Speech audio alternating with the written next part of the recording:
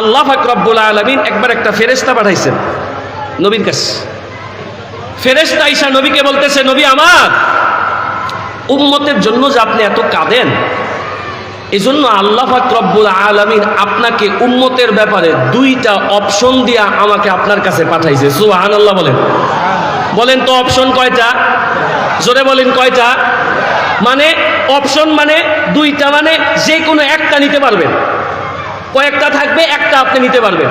বলে আল্লাহ দুইটা অপশন দিয়া পাঠাইছে, আপনি যে কোনো একটা গ্রহণ করতে পারবেন, আপনি কোনটা নেবেন? অপশন নাম্বার 1, নবী আমার আপনি যদি চান আর কি, হাসরের ময়দানে আপনার যত উম্মত আছে, দুনিয়াতে ছিল, আছে, আসবে, আপনার সমস্ত উম্মতের মধ্য থেকে অর্ধেক উম্মত, এখন যদি 200 কোটি মুসলমান থাকে, অর্ধেক করলে কয়শো হবে? 100। এরকম প্রতি জমানায় নবী আপনার যত উম্মত ছিল, আপনার সমস্ত উম্মতের মধ্য থেকে অর্ধেক উম্মত নিয়া সুবহানাল্লাহ জোরে বইলেন হাসরের ময়দানে বিনা হিসাবে বিনা বিচারে আপনি আমার জান্নাতে চলে যাবেন, আমি আল্লাহ বাধা দিব না। চিৎকার করে পড়েন সুবহানাল্লাহ। অপশন নাম্বার কত? বুঝেন নাই আপনার? অপশন নাম্বার কত? 1। অপশন নাম্বার 2, নবী আমার আপনি যদি চান আর কি, তো হাসরের ময়দানে, কিয়ামতের ময়দানে আমি আল্লাহ আপনাকে উম্মতের ব্যাপারে সুপারিশ করার ক্ষমতা দিতে চাই। সুবহানাল্লাহ। আলহামদুলিল্লাহি ওয়া কাফা ওয়া সালামুন আলা ইবাদিহিল্লাযীনা ইসতাফা। أما بعد فأعوذ بالله من الشيطان الرجيم. بسم الله الرحمن الرحيم. الله ولي الذين آمنوا يخرجهم من الظلمات إلى النور والذين كفروا أولياؤهم الطاغوت يخرجونهم من النور إلى الظلمات أولئك أصحاب النار هم فيها خالدون. وقال النبي صلى الله عليه وآله وسلم ذاق طعم الإيمان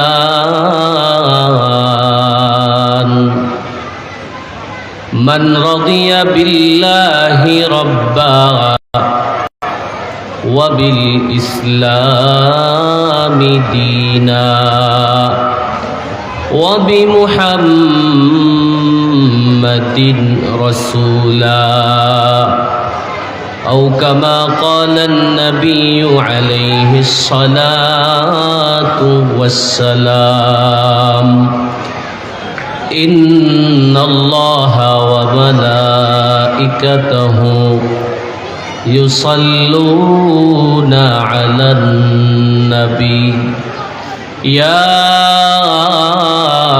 أيها الذين آمنوا صلوا عليه وسلموا تسليما. সকলে দুরূদ ইব্রাহিম পাঠ করি, যেই দুরূদটা আমরা নামাজের ভিতরে পড়ি। আল্লাহুম্মা সাল্লি আলা মুহাম্মাদ ওয়া আলা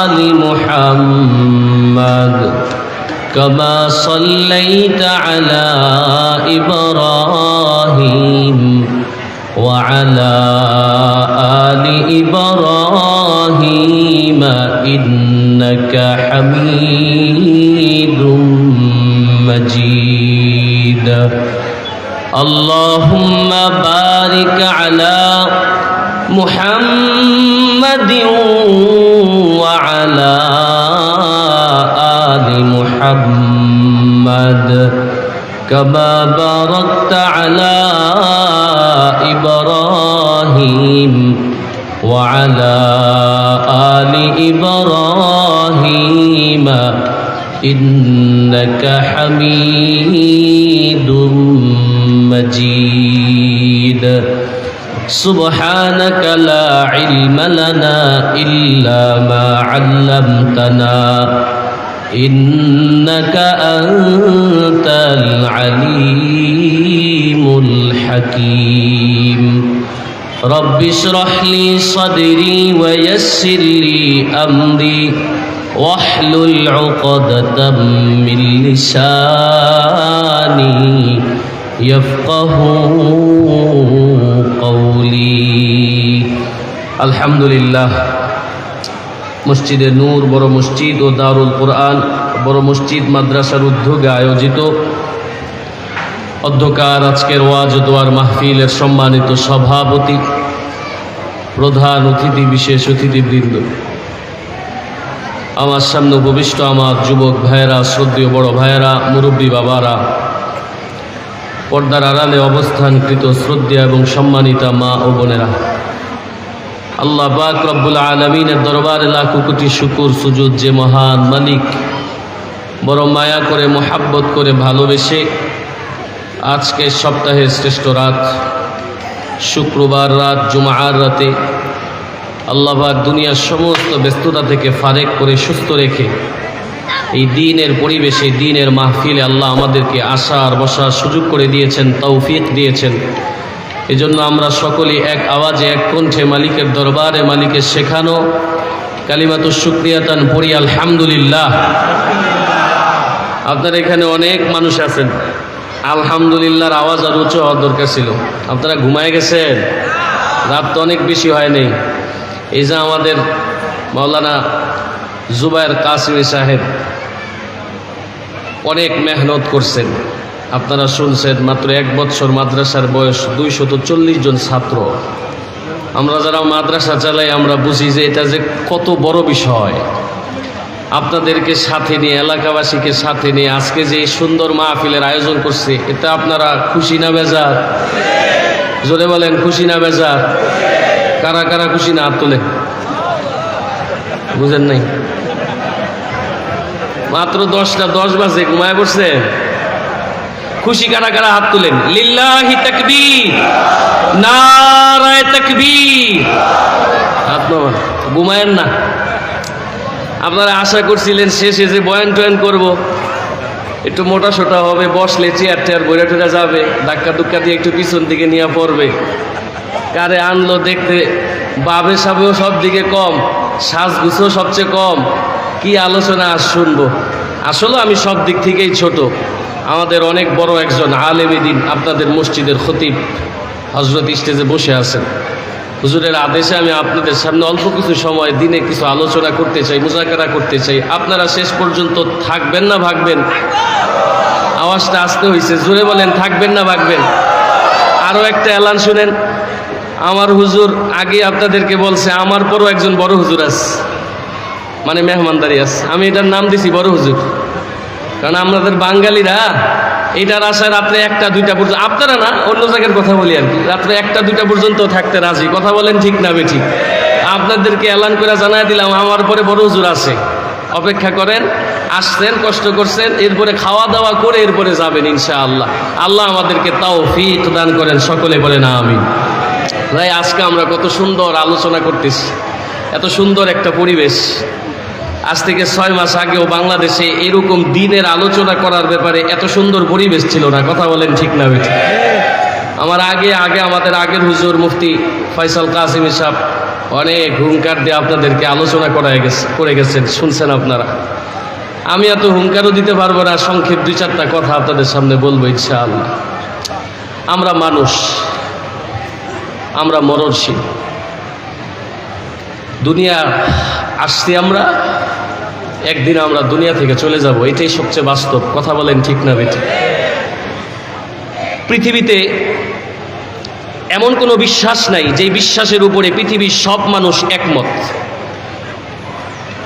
আল্লাহ আপনার আমার রব, এ কথা আপনি আমি বিশ্বাস করলেও হিন্দুরা করে? হিন্দুরা করে না। কোনো বিশ্বাস নাই যে বিশ্বাসের প্রতি মানুষ চোখ বন্ধ করে এক বাক্যে সবাই স্বীকার করে, পৃথিবীর সব মানুষ নেই। তবে পৃথিবীতে একটা বিশ্বাস আছে যার কাছে মানুষ এক বাক্যে স্বীকার করে এটা সত্য, এটা বাস্তব, তার নাম হলো মৃত্যু। কথা বলেন ঠিক না বেটি? এটা সত্য। একদিন আসবে আমার কাছে, আমার দুনিয়ার হায়াত শেষ হয়ে যাবে, আমি একদিন কবরের যাত্রী হব, আমি একদিন কবরে চলে যাব, দুনিয়ার সব ব্যস্ততা রয়ে যাবে, এটা বাস্তব। এই বিষয়ে আমাদের বিশ্বাস আছে, এই বিষয়ে 100% ইয়াকিন আছে। কিন্তু সমস্যা হলো এই বাস্তব সত্য একটা বিষয়, মৃত্যুর জন্য আমাদের প্রস্তুতির বড় অভাব। কথা বলেন ঠিক না বেটি? প্রস্তুতি নেই। এখানে আপনারা যারা বসে আছেন, একজন ভাইও কি পারবেন কিনা জানি না, কেউ কি বুকে হাত দিয়ে বলতে পারবেন যে হুজুর আমি যদি এই মুহূর্তে মারা যাই তাহলে আমি জান্নাতি হব? আপনারা পারবেন কিনা জানি না, আমি পারবো না আর কি, আমার এত সাহস নেই। বড় একজন আলেমকে জিজ্ঞেস করা হয়েছে, হযরত আপনি যদি জানেন আগামীকাল আপনার মৃত্যু হবে, তো আপনি আপনার আজকের দিনটা কেমনে কাটাইবেন? আলেম জবাব দিছে, আমি আমার আজকের দিনটা কাটাবো প্রতিদিনের ন্যায়, কারণ আমি প্রতি মুহূর্ত প্রতিটা দিন আমার রবের কাছে যাওয়ার জন্য আমি প্রস্তুতি নিয়ে থাকি। সুবহানাল্লাহ। আমাদের প্রস্তুতি নাই, ভয় আছে। মৃত্যু সম্পর্কে প্রস্তুতি না থাকলেও মারাত্মক পর্যায়ের ভয় আছে। মসজিদে গেলে মসজিদ থেকে বের হওয়ার সময় মসজিদের সিঁড়ির কোনায় মৃত মানুষকে শোয়ানো রাখা খাটিয়াটা যদি চোখের মধ্যে পড়ে, দেখলে পরে অন্তরের ভিতরে একটা কামড় দেওয়া উঠে। কথা বলেন, দেয় না? আপন মানুষ, মোহাব্বতের মানুষ, ভালোবাসার মানুষগুলোকে যখন কানের ভিতরে তুলা দিয়া, নাকের ভিতরে তুলা দিয়া, কাপড়ে পেঁচাইয়া চতুর্দিকে মুড়াইয়া যখন সামনে শোয়া রাখে, দৃশ্যগুলো দেখলে বড় ভয় লাগে। ভয় লাগে কি লাগে না বলেন তো? ভয় লাগার কারণ, ভয় লাগার কারণ হলো এমনও তো হতে পারে আগামীকাল সকালে আমারও এই অবস্থা হতে পারে। এটা হলো ভয় লাগার কারণ। বিশ্বাস করি, কিন্তু এই বিষয়ে আমাদের প্রস্তুতি নেই। যে কোনো সময় মরণ আসতে পারে। কিসের আশা, কিসের ভালোবাসা, কিসের আনন্দ, কিসের উপভোগ আমাকে সব থেকে ভুলায় রাখে। আপনারা জানবেন, গত কিছুদিন আগে, মাসখানেক আগের ঘটনা, আমাদের এই যে মাওয়ায় দলেশ্বর ব্রিজে খবর পাইছেন আপনারা, মিডিয়াতে দেখছেন যে এক বাসের ধাক্কায় জায়গায় 6 জন নিহত। খবর পান নাই আপনারা? এক বাসের ধাক্কায়। 5টা মিনিট আগে দুনিয়া নিয়ে তাদের কত স্বপ্ন ছিল না? বাইকের ভিতরে স্ত্রী, সন্তান। লোকটার ভিডিওটা দেখলে চোখ দিয়া পানি চলে আসে। বলতেছে, আমার ছেলেটা আমার কাছে আবদার করছে, বাবা আজকে টোলের টাকাটা আমি দিব। হঠাৎ করে দেখলাম পিছ থেকে একটা বাস এসে এমন জোরে ধাক্কা দিছে, আমার ছেলের মাথার উপর দিয়া চাকা যাইতেছে আর চোখটা খুইলা বেরিয়ে পড়ছে। আরেকটা চাকার সাথে আমার স্ত্রীটারে পেঁচায় সামনে নিয়ে গেছে। এটা তো দুনিয়ার বাস্তবতা, এটাই তো দুনিয়া। আজ 2025, আপনি আমি এই জমিনে আছি। 1925 সালেও এই জমিনে যারা ছিল তারা কেউই হয়তো আজকে নাই। আপনি আমি আছি, আল্লাহ চাই তো আবার 2125 সাল আসতে পারে, কিন্তু হয়তো আপনা আমি কেউই আমরা এখানে থাকবো না। এই যে আমরা যারা এখানে বসে আছি, আমরা বেশিরভাগ ভাই হয়তো আমাদের হায়াতের জিন্দেগির অর্ধেকের বেশি সময় শেষ করে ফেলছি। কথা বলেন ঠিক না বেটি? অর্ধেকের বেশি সময় শেষ। যা হারাইছি তার পাবো কিনা সন্দেহ। অথচ আমার যে চলাফেরা, আমার যে উঠা বসা, আমার যে কথাবার্তা, আমার যে প্ল্যান প্রোগ্রাম, আমার এই দুনিয়ার স্বপ্ন বলে মৃত্যু সবার হইলেও আমার হবে, কিন্তু আমারটা অনেক দেরি আছে আর কি। আমাদের ভঙ্গিমাটা এরকম যে আমি আমার ছেলেটারে বিদেশে পাঠাইয়া, আমার মেয়েটারে বিবাহ দিয়া, এরপরে না আমার মরণ হবে। এর আগে কেমনে হয়? যে কোনো সময় মরণ আসতে পারে। দাদার আগে নাতি যায়, বাবার আগে সন্তান যায়, বড় ভাইয়ের আগে ছোট ভাই যায়। যায় কি যায় না বলেন তো? রাতের বেলা ঘুমাইছে, হার্ট অ্যাটাক করে মারা গেছে। রাস্তা দিয়া বের হইছে তো বাইক অ্যাক্সিডেন্ট করে মারা গেছে, গাছ পড়ে মারা গেছে, নদীতে নামছে, পুকুরে পড়ে মারা গেছে। এরকম খবরাখবর বলেন তো প্রতিনিয়ত কয় পত্রিকায় আমরা দেখি কি দেখি না বলেন তো? তাহলে আমাকে আপনাকে গ্যারান্টি দিল কে যে আমি মারা যাব না?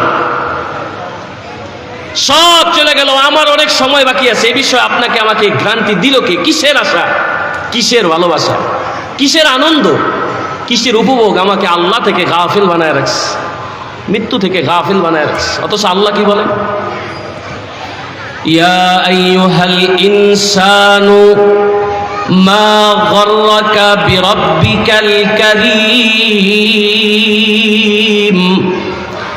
আল্লাযী খালাকাকা ফাসাওয়াকা ফাআদালাক। আল্লাহ পাক রব্বুল আলামিন বলেন, হে দুনিয়ার মানুষ, কোন জিনিস তোমাদেরকে, কারীম রবের প্রতি তোমাকে কোন জিনিস বিভ্রান্ত করেছে? কিসের আশায়, কিসের ভালোবাসায়, কিসের আনন্দে, কিসের উপভোগের কারণে তুমি এখনো মনে মনে আল্লাহর কাছে যাওয়ার জন্য প্রস্তুত না? আল্লাহ বুঝাইতে চায়, দুনিয়ার মানুষ, আজকে তুমি যাদেরকে আপন মনে করো, মোহাব্বতের মনে করো, যাদেরকে ভালোবাসার মনে করো, আনন্দের মনে করো, যাদের উপরে ভরসা করো, এগুলো একটাও তোমার আপন না, একটাও তোমার মোহাব্বতের না, বরং সব হলো তোমার শত্রু। একটাও তোমার আপন। আজকে তুমি চতুর্পাশে যা কিছুকে নিজের শক্তি মনে করতেছ, নিজের সম্পদ, নিজের বাড়ি গাড়ি, নিজের খ্যাতি, নিজের সম্মান, নিজের সন্তান, নিজের সম্পদ, যা কিছুকে তুমি আপন মনে করো, আল্লাহ বলে বান্দারে এগুলো একটাও তোমার আপন না। এ যুবক বা এ বৃদ্ধ বাবা, আজকে যেই চক্ষু দিয়ে আমি পর নারীর দিকে তাকায় তাকায় গুনাহ, আল্লাহ বলে হাসরের ময়দানে এই চোখ তোমার বিরুদ্ধে নালিশ করবে। অন্ধকার ঘরের ভিতরে, ঘরের দরওয়াজা লাগাইয়া, জানালা লাগাইয়া ভিতরে ভিতরে যে আমি আপনি নাফরমানি করি, আল্লাহ বলে হাসরের ময়দানে এই চোখ তোমার বিরুদ্ধে নালিশ করবে। যেই কানকে মজা দেওয়ার জন্য তুমি বাংলা গান, হিন্দি গান শুনা শুনা তোমার কানকে নাপাক বানাইছো, আল্লাহ বলেন হাসরের ময়দান, কিয়ামতের ময়দানে এই কান তোমার বিরুদ্ধে সাক্ষী দিবে। হাত আপন না, চক্ষু আপন না, কান আপন না। হাত্তা ইদা মা জাউহা শাহিদা আলাইহিম সামউহুম ওয়া আবসারুহুম ওয়া জুলুদুহুম বিমা কানু ইয়ামালুন। আল্লাহ পাক রব্বুল আলামিন বলেন, হে দুনিয়ার মানুষ, হাসরের ময়দান, কিয়ামতের ময়দান কায়েম হয়ে আল্লাহর সামনে দুনিয়ার সব মানুষগুলা উপস্থিত হয়ে যাবে। নবী বলেন, মানুষগুলা উলঙ্গ অবস্থায় থাকবে, কেউ কারো দিকে তাকানোর সুযোগ পাবে না। সূর্যটা মাথার উপরে চলে আসবে, জমিনটা তামার হবে, থর থর করে মানুষগুলা কাঁপতে থাকবে। তখন এই গুনাহগার মানুষ চতুর্পাশে তার বন্ধুদেরকে খুঁজতে থাকবে, আমার আপনজনেরা কোথায়, আমার বন্ধুরা আজকে কোথায়? আল্লাহ বলে, আমার বান্দারা সেদিন তো আপনজন খুঁজে পাবেই না, বরং সেদিন আমি আল্লাহ বান্দার জবানটাকে বন্ধ কইরা দিয়া আমি আল্লাহ বান্দার কানের জবানটা খুলে দিব। কান আল্লাহরে ডাইকা ডাইকা বলবে, আল্লাহ, আপনার বান্দারে আপনি বানাইছেন তো ইবাদত করার জন্য, বান্দারে বানাইছেন তো কোরআন তেলাওয়াত শোনার জন্য, ওয়াজ মাহফিল শোনার জন্য, কিন্তু আপনার বান্দা আমারে দিয়া নাফরমানি করে করে আমারে নাপাক বানাইছি। আল্লাহ তোমার কাছে বিচার দিলাম।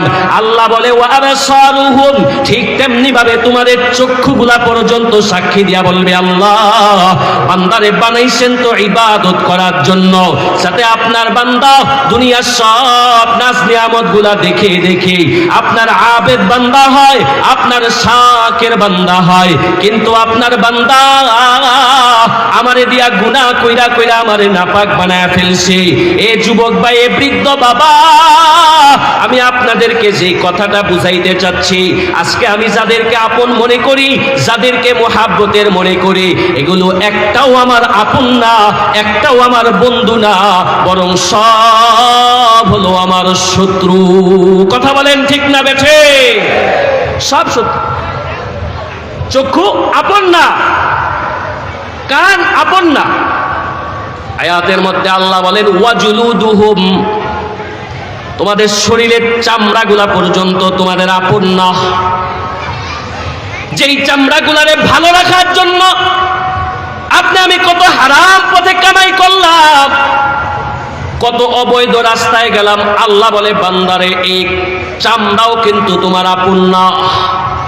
হাসরের ময়দান, কিয়ামতের ময়দানে চামড়া ডাইকা বলবে আল্লাহ, আপনার বান্দারে বানাইছেন তো ইবাদত করার জন্য, কিন্তু আমারে দিয়া নাফরমানি কইরা কইরা আমারে নাপাক বানায়া ফেলছে। আল্লাহ বলে ওয়াকালু লিজুলুদিহিম লিমা শাহিদতুম আলাইনা, চামড়া যখন সাক্ষী দিবে, গুনাহগারগুলা বলবে এই চামড়া, দুনিয়ার জমিনে তোরে আমি কত আপন মনে করেছিলাম, তোরে আমি মোহাব্বতের মনে করেছিলাম, আমার ভালোবাসার মনে করেছিলাম, কেন তুই আজকে আমার বিরুদ্ধে নালিশ করতেছ? চামড়া ডাইকা বলবে কালু আনতাকানাল্লাহুল্লাযী আনতাকা কুল্লা শাই। চামড়া ডাইকা বলবে নাফরমান, তোমার জবানকে তুমি বন্ধ করো। এটা হাসরের ময়দান, কিয়ামতের ময়দান। দুনিয়ার জমিনে আপনি আমি জবান দিয়ে ঠোঁট নাড়ায়া নাড়াইয়া, জিহ্বা নাড়ায়া নাড়ায়া যে কথা বলি, ইমানের আওয়াজে একটু জোরে সরে বলবেন, এই কথা বলার শক্তি আমারে আপনারে যিনি দিছেন তিনি কি?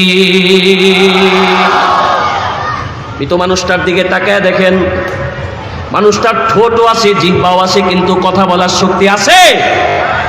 বোবা মানুষটার দিকে তাকায় দেখেন, বোবা মানুষটার ঠোঁটও আছে, জিহ্বাও আছে, কিন্তু কথা বলার শক্তি নাই। চামড়া ডাইকা বলবে হাসরের ময়দান, কিয়ামতের ময়দান, রব আমারে জবান দিছে, আমি আমার আল্লাহর কাছে সব নালিশ করে বলে দিব।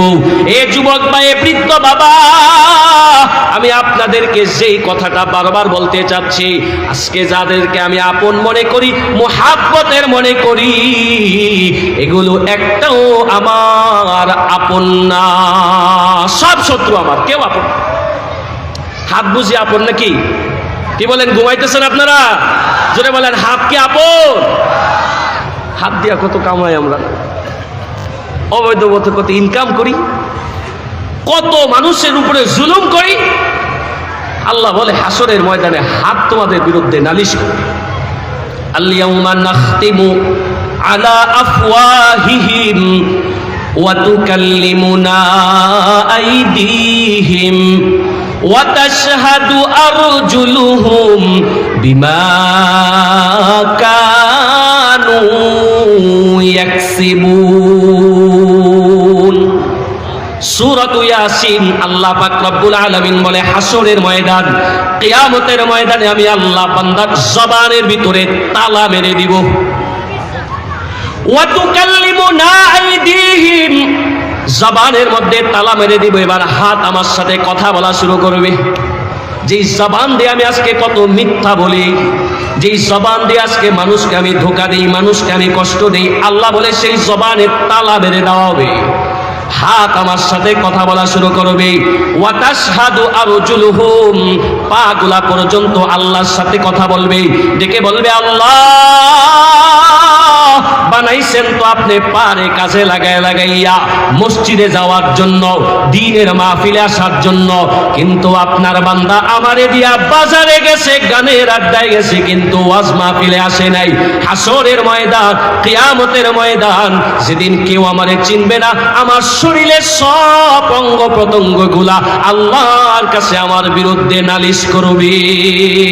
বুঝা গেছে একটাও আমার আপন না, সব আমার পর। কথা বলেন ঠিক না বেঠে? হাত পথ, পা পথ, চক্ষু পথ, সব পথ। চক্ষু আপন না, কান আপন না, জবান আপন না, হাত আপন না, পা আপন না। আরে আমি তো বলি দলও আপন না, নেতাও আপন না, নেত্রীও আপন না। নেত্রী যদি আমাদের আপন হইতো আমাদেরকে এই দেশে রাইখা হিন্দুস্তান পালাইতো না। কথা বলেন ঠিক না বেঠে? কেউ আপন না, স্বার্থের পাগল সব। 6 মাস আগেও যাদের পিছনে রাস্তায় হাঁটলে 20 জন পিছনে দৌড়াইছে, আজকে তাদের কি জুতার মালা পরানোর জন্য মানুষ রাস্তায় দৌড়ায়। কথা বলেন ঠিক না বেঠি? আবার যারা মনে করতেছেন আজকে আমরা রাস্তায় হাঁটলে আমগো পিছে এখন 20 জন হাঁটে, কসম খায়া বলি মনে রাখবেন, যদি জালেম হয়ে যান পতনের পরে আপনাদেরকেও জুতার মালা পরানোর জন্য তৈরি হবে। কথা বলেন ঠিক না বেঠে? বুঝা গেল একটাও আমার আপন না। তাহলে আমার আপন কি? আমার বয়ান অল্প সময় এই দুইটা বিষয়ের উপরে আজকে আলোচনা হবে, অল্প কিছু কথা। আমার আপন কে? তাহলে আমার আপন হইল 2 জন। জোরে বলেন, সবাই বলেন, কয়জন? আরো জোরে বলেন। একজন হলেন আল্লাহ, আরেকজন হলেন রাসূলুল্লাহ। আপন আমার 2 জন, একজন আল্লাহ, আরেকজন রাসূলুল্লাহ। একটু কষ্ট দেন, একটু কষ্ট দিয়ে আপনাদেরকে বলি, একটু ইমানের আওয়াজে জোরে বলেন, আপন কয়জন? একজন কে? আরেকজন কে? সাল্লাল্লাহু আলাইহি ওয়াসাল্লাম। আর কেউ আপন? অনেকে বলবে হুজুর বাপ মা আপন, স্ত্রী আপন। আরে দুনিয়ার জমিনের বাস্তবতা বলি, বাপ মার ভালোবাসার মধ্যে কখনো কখনো ভাটা পড়ে, দুনিয়ার জমিনেই দেখা যায়। কথা বলেন ঠিক না বেঠি? বিয়ের আগে আর বিয়ের পরের ভালোবাসার পার্থক্য থাকে। এক ভাই বেশি কামাই করে, এক ভাই কম কামাই করে, বাপ মা মানুষ হিসাবে তাদের ভালোবাসার ভিতরে ভাটা আছে। কথা বলেন ঠিক না বেঠি? আর চূড়ান্ত পর্যায়ে তো দূরের কথা। আল্লাহ বলেন, ইয়াউমা ইয়াফিরুল মারউ মিন আখিহি ওয়া উম্মিহি ওয়া আবিহি ওয়া সাহিবাতিহি ওয়া বানিহি। হাসরের ময়দান, কিয়ামতের ময়দানে কেউ আপন না। আল্লাহ বলে ভাই ভাইকে দেখে পলায়ন করবে। হাসরের ময়দান, কিয়ামতের ময়দানে ভাই ভাইকে দেখে পলায়ন করবে। ওয়া উম্মিহি, মাকে দেখা পলায়ন করবে। ওয়া আবি, বাবাকে দেখা পলায়ন করবে। ওয়া সাহিবাতিহি, কলিজার টুকরা স্ত্রী, যে স্ত্রীর জন্য আজকে আমি স্বর্ণ গয়না রেখা গেলাম, সম্পদ রেখা গেলাম, আল্লাহ বলে সেই স্ত্রীকে দেখা পলায়ন করবে। ওয়াবানি, সন্তানগুলারে পর্যন্ত দেখা পলায়ন করবে। না জানি আজকে সাক্ষাৎ হয়ে গেলে আল্লাহর কাছে আমার সব গোপন কথাগুলা বলে দেয়, আমার বিরুদ্ধে নালিশ করে দেয়, আমার ব্যাপারে আল্লাহর কাছে নালিশ করে আমার গোপন কথাগুলা, আমার ব্যাপারে গুনাহের কথাগুলা না জানি বলে দেয়। এ যুবক ভাই, বৃদ্ধ বাবা, আমি আমার আলোচনায় আপনাদেরকে বারবার একটা কথা বুঝাইতে চাচ্ছি, যা কিছু দেখতেছি একটাও আমার আপন না, একটাও আমার আপন না। আমার আপন হইল কেবলমাত্র 2 জন। একজন হলেন আল্লাহ, আরেকজন হইলেন রাসূলুল্লাহ। হাসরের ময়দান, কিয়ামতের ময়দানে সবাই যখন আমার বিরুদ্ধে নালিশ করবে, আমার আপন জনেরা আমারে দেখা যখন সবাই যখন পলায়ন করবে, কেউ যখন আমার কাছে আসবে না, আমার বিপদের দিনে আমারে বন্ধু বলে স্বীকার করবে না, আমার হাত, আমার পা, আমার জবান, আমার সম্পদ কেউ যখন আমার কাছে আসবে না, সবাই যখন একে একে আল্লাহর কাছে নালিশ করে করে আমারে জাহান্নামে ফালায়া দিতে চায়, তখন কেবলমাত্র একজন মাত্র আল্লাহর কাছে সিজদা দিয়া বলবে, আল্লাহ আমার আদরের উম্মত রাইখা তোমার জান্নাতে যাব না। আল্লাহু আকবার বলেন, আল্লাহু আকবার। ভাই কষ্ট করে বন্ধ করেন। আপন কয়জন ভুলে গেছে? জোরে বলেন। একজন হলেন মুহাম্মাদুর রাসূলুল্লাহ। রসুল আমার কেমন আপন, রসুল আমার কেমন মহাব্বতের, যেদিন সবাই আমারে ভুলে যাবে নবী সেদিন আমারে ভুলবে না। আল্লাহর নবী সাল্লাল্লাহু আলাইহি ওয়াসাল্লাম আল্লাহর কাছে সিজদা দিয়া দিয়া কান্না করবেন। হাদিস শরীফ আছে, নবীজি দুনিয়া থাকতেও উম্মতের জন্য কেঁদেছে। আল্লাহর নবী আজও রওজায় থাইকা থাইকা উম্মতের জন্য কাঁদেন। হাদিসে আছে হাসরের ময়দান, কিয়ামতের ময়দানে আল্লাহর নবী ইসরাফিলের সিংহা ফুৎকার পায়া যখন উঠবেন, আল্লাহর নবী উইঠা কপালটা মুইসাই বলবে, জিব্রাইল আমার উম্মতের খবর কি? সুবহানাল্লাহ বলেন। নবীর চাইতে আপন কেউ নাই, কথা বলেন ঠিক না বেঠিক? এ যুবক ভাই, এ বৃদ্ধ বাবা, তোমার কলিজায় তুমি স্ত্রীর ভালোবাসা জায়গা দিস, তোমার কলিজায় তুমি বাপ মার ভালোবাসার জায়গা দিছো, সন্তানের ভালোবাসার জায়গা দিছো, সম্পদের ভালোবাসার জায়গা দিস। আমি আপনাদেরকে সংক্ষেপ সময়ে নবীর ভালোবাসাটা একটু বলা যায়। নবী আপনার জন্য আমার জন্য নিজের জীবনের সমস্ত আনন্দ উল্লাস ত্যাগ দিস, নিজের জীবনের সমস্ত আরামায়েশ ত্যাগ দিছে উম্মতের মহাব্বতে, উম্মতের ভালোবাসায়। দুনিয়াতেও কেঁদেছেন, কবরেও কাঁদতেছেন, হাসরের ময়দানে, কিয়ামতের ময়দানেও এই উম্মতের জন্য নবী কাঁদবেন। সুবহানাল্লাহ বলেন। তো নবী যে এত কাঁদেন, আল্লাহ পাক রব্বুল আলামিন নবীকে অনেক বেশি ভালোবাসেন। আমরা যে এখানে আসছি, আমরা যে মসজিদে নামাজ পড়তে যাই, আমরা আল্লাহ রাস্তায় খরচ করি, ছেলে মেয়েকে মাদ্রাসা দেই, মাহফিলে আসছি, একটু জোরে আওয়াজে বলেন, আমাদের সব কিছু কাকে সন্তুষ্ট করার জন্য? আল্লাহরে সন্তুষ্ট করার জন্য। পৃথিবীর সমস্ত ইমাম, খতিব, নবী, রাসূল, গাউস, কুতুব যারা আসছে ছিল, সবার ইবাদত বন্দিগি, সবার কাজ কেবলমাত্র আল্লাহরে সন্তুষ্ট করার জন্য। আর আমার আল্লাহ নবীর প্রেমে এত পাগল যে আমার আল্লাহ শুধু নবীরে সন্তুষ্ট করার জন্য পাগল। চিৎকার করে বলেন সুবহানাল্লাহ। তো নবী যে এত কাঁদে, তো আল্লাহ পাক রব্বুল আলামিন নবীর কান্না তো আল্লাহ সহ্য হয় না। আপনাদেরকে সংক্ষেপে সময় কথা বলতেছি, বিরক্ত হচ্ছেন ভাই আপনারা? তো নবীজির কাছে নবীর কান্না দেখা আল্লাহ পাক রব্বুল আলামিন একবার একটা ফেরেশতা পাঠাইছেন নবীর কাছে। ফেরেশতা আইসা নবীকে বলতেছে, নবী আমার উম্মতের জন্য যে আপনি এত কাঁদেন, এজন্য আল্লাহ পাক রব্বুল আলামিন আপনাকে উম্মতের ব্যাপারে দুইটা অপশন দিয়া আমাকে আপনার কাছে পাঠাইছে। সুবহানাল্লাহ বলেন। বলেন তো অপশন কয়টা? জোরে বলেন কয়টা? মানে অপশন মানে দুইটা, মানে যে কোনো একটা নিতে পারবেন, কয়েকটা থাকবে, একটা আপনি নিতে পারবেন। বলে আল্লাহ দুইটা অপশন দিয়া পাঠাইছে, আপনি যে কোনো একটা গ্রহণ করতে পারবেন, আপনি কোনটা নেবেন?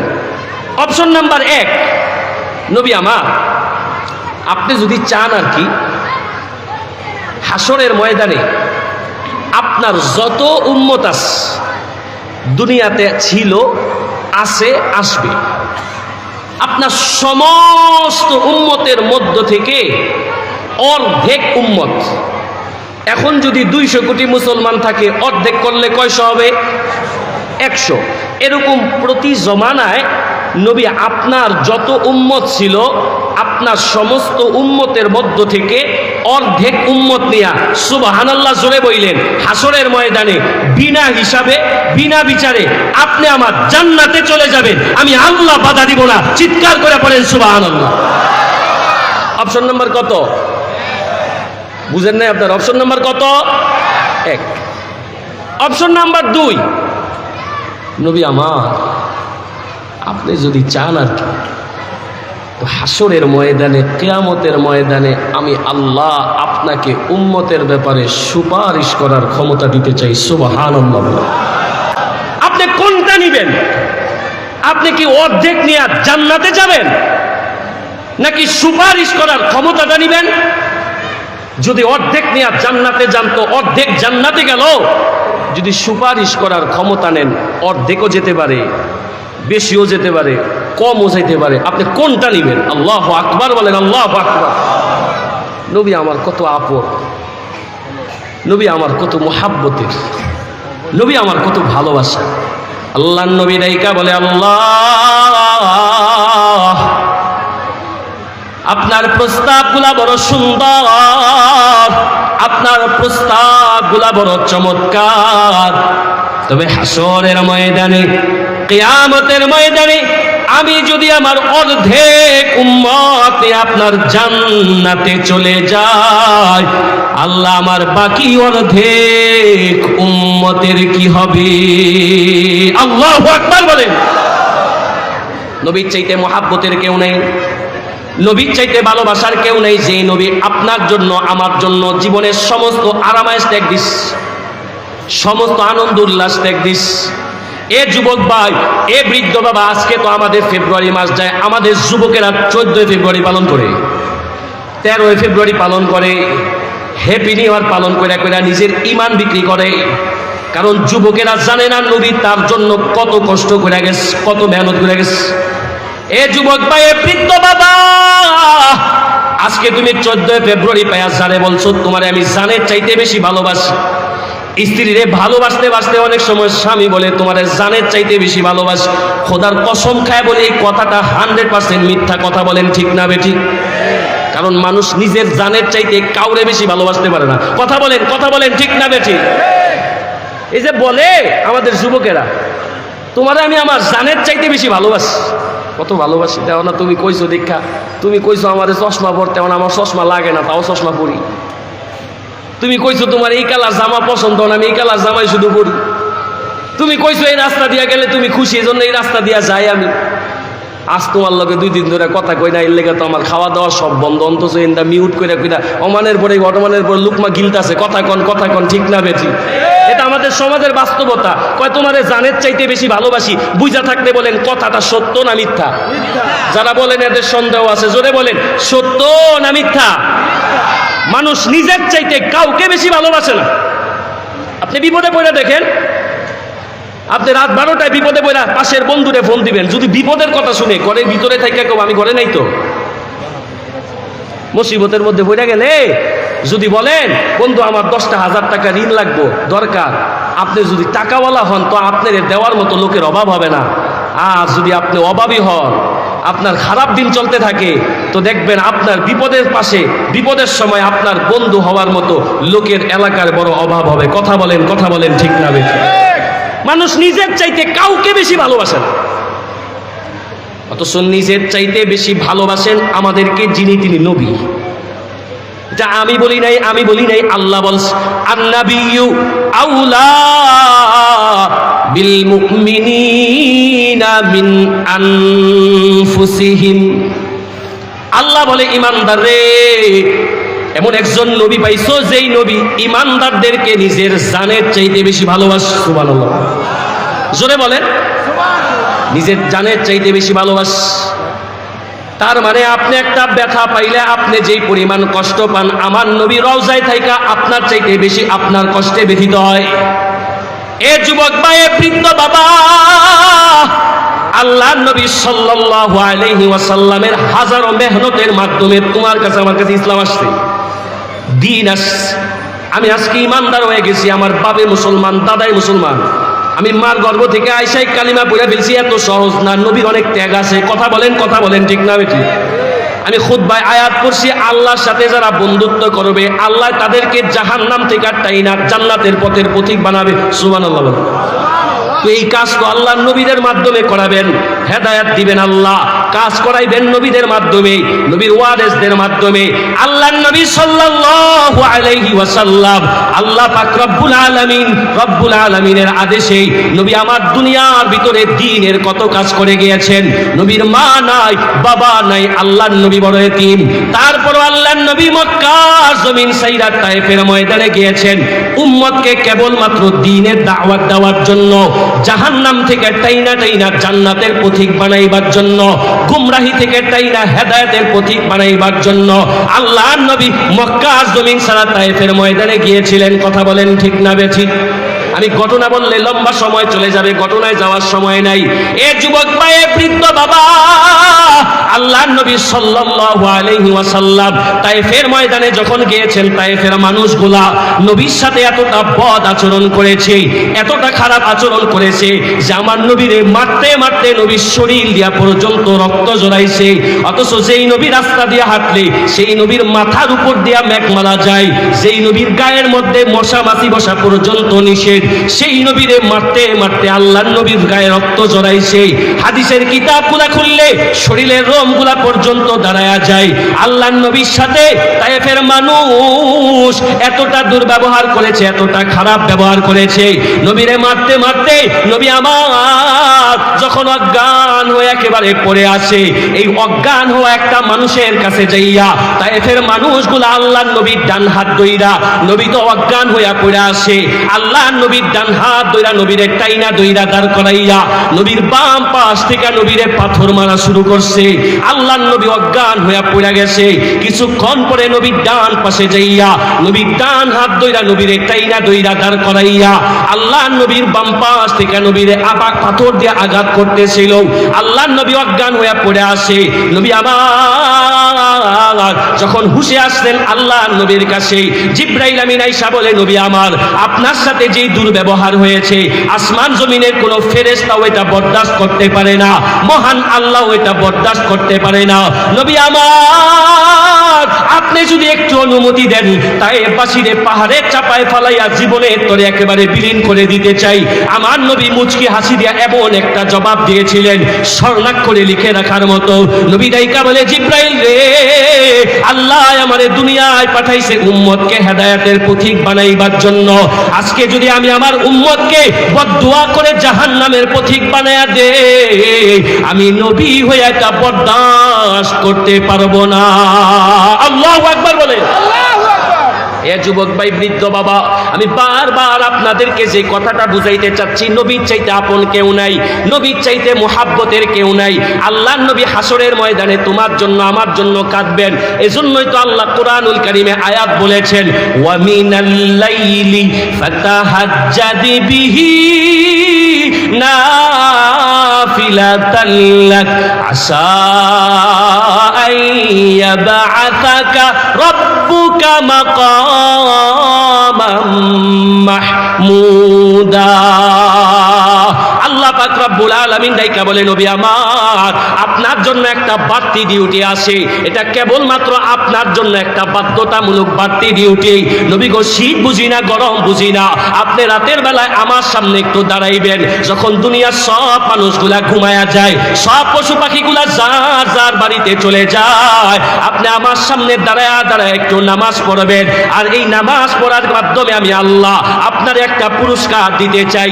এই পুরস্কারটা হইল মাকামাম মাহমুদা। আর এই মাকামাম মাহমুদাই হইল হাসরের ময়দানে, কিয়ামতের ময়দানে আমি আল্লাহ আপনারে উম্মতের ব্যাপারে সুপারিশ করার ক্ষমতা দিব। সুবহানাল্লাহ বলেন। তাহলে বুঝা থেকে বলেন, আমার নবী হাসরের ময়দানে উম্মতের ব্যাপারে সুপারিশ করার ক্ষমতাটা কিসের বদলতে পাইলেন? তাহাজ্জুদের বদলতে। বলেন, কিসের বদলতে? দুঃখের বিষয়, আজকে আমরা তাহাজ্জুদ পড়ব দূরের কথা, আজকে আমরা 5 ওয়াক্ত নামাজ পড়ি না। কথা বলেন ঠিক না বেঠিক? কোনো কাজ নাই। মাগরিবের আজান হইছে, চায়ের দোকানে শুধু শুধু বসে আছে, ডাক্তার হচ্ছে হাইয়া আলাস সালাহ, হাইয়া আলাল ফালাহ, কল্যাণের দিকে আস, সফলতার দিকে আস, এর কোনো খেয়ালই নেই। সকাল থেকে সন্ধ্যা যায়, সন্ধ্যা থেকে পরের দিন হয়, কোনো খবর নেই, নামাজের খবর নেই। অথচ হাদিস শরীফে আছে, আল্লাহ পাক রব্বুল আলামিনের কাছে আমাদের আমল নামাগুলা সপ্তাহে 2 বার উঠানো হয়। ভাই, আপনারা বিরক্ত হচ্ছেন? সপ্তাহে 2 বার আমাদের আমল নামাগুলা আল্লাহর কাছে উঠানো হয়, সোমবার আর বৃহস্পতিবার। আমাদের কয়টা ভাই আছে? আমি তো গুনাহগার। কয়জন বলতে পারবে যে আজকে যে বৃহস্পতিবার, আজকে তো আমার আমল নামা আমার রবের কাছে উঠানো হবে? আমার আমল নামা দেখা আমার রব কি বলবে? আমার রব কি খুশি হবে না আমার প্রতি বেজার হবে? আজকে সারাদিন আমি নেক করছি কয়টা, গুনাহ করছি কয়টা? এই যে সামনে রমাজান মাস আসতেছে, আপনারা মসজিদের বয়ান হুজুরদের কাছে শুনবেন, শুনছেন আল্লাহ রসুল শাবান মাসকে কেমন ভাবে কাটাইছে। তা আমার ইবাদত দেখা আমার রব আমার প্রতি খুশি হবে না বেজার হবে? খেয়াল নাই। আল্লাহ তো রহমওয়ালা, এই জন্য আল্লাহ আবার ছাড়ে, যা বান্দা যা, বৃহস্পতিবার গেল, আমি আবার দেখতে চাই, শুক্র শনি রবি সব, আবার 4 দিন পরে তোর ইবাদত না, তোর আমল নামাটা আবার দেখবো আমি। পরীক্ষার খাতায় আমাদের রেজাল্ট যদি খারাপ হয়ে যায়, খারাপ রেজাল্ট হয়, তাহলে আমরা মুখ দেখাইতে লজ্জা পাই। এমনও মাঝে মধ্যে আমরা শুনি ছাদের থেকে লাভ দিয়া মরে গেছে, রেজাল্ট খারাপ হয়েছে। কথা বলেন ঠিক না বেশি? স্বাভাবিক পরীক্ষার রেজাল্ট খারাপ হলে আমি এত কষ্ট পাই, অথচ আমার রবের কাছে আমার কি রেজাল্ট হলো আমার খেয়ালই নাই।